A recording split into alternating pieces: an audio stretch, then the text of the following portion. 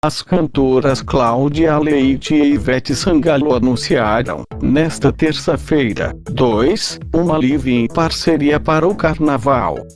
Marcada para o dia 13 de fevereiro, às 17h30, na Bahia, a transmissão pretende agitar um período de festa marcado pela necessidade de distanciamento na pandemia.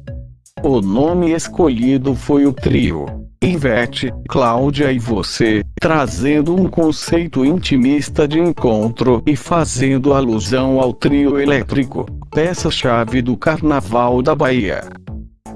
De acordo com a comunicação do projeto, a ideia da live foi trazer um pouco da energia da maior festa do país para dentro da casa das pessoas, mesmo em isolamento.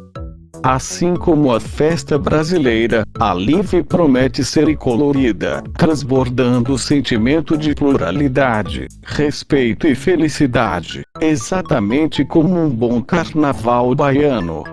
As artistas preparam um repertório especial para ninguém ficar parado na segurança de suas casas. E se você se interessa em ganhar dinheiro pela internet, deixarei na descrição do vídeo um link de um curso 100% completo que te ajudará a fazer até R$ 200 por dia. Acesse o link que estará na descrição. Pessoal, o vídeo foi esse. Espero que tenha gostado. Até a próxima.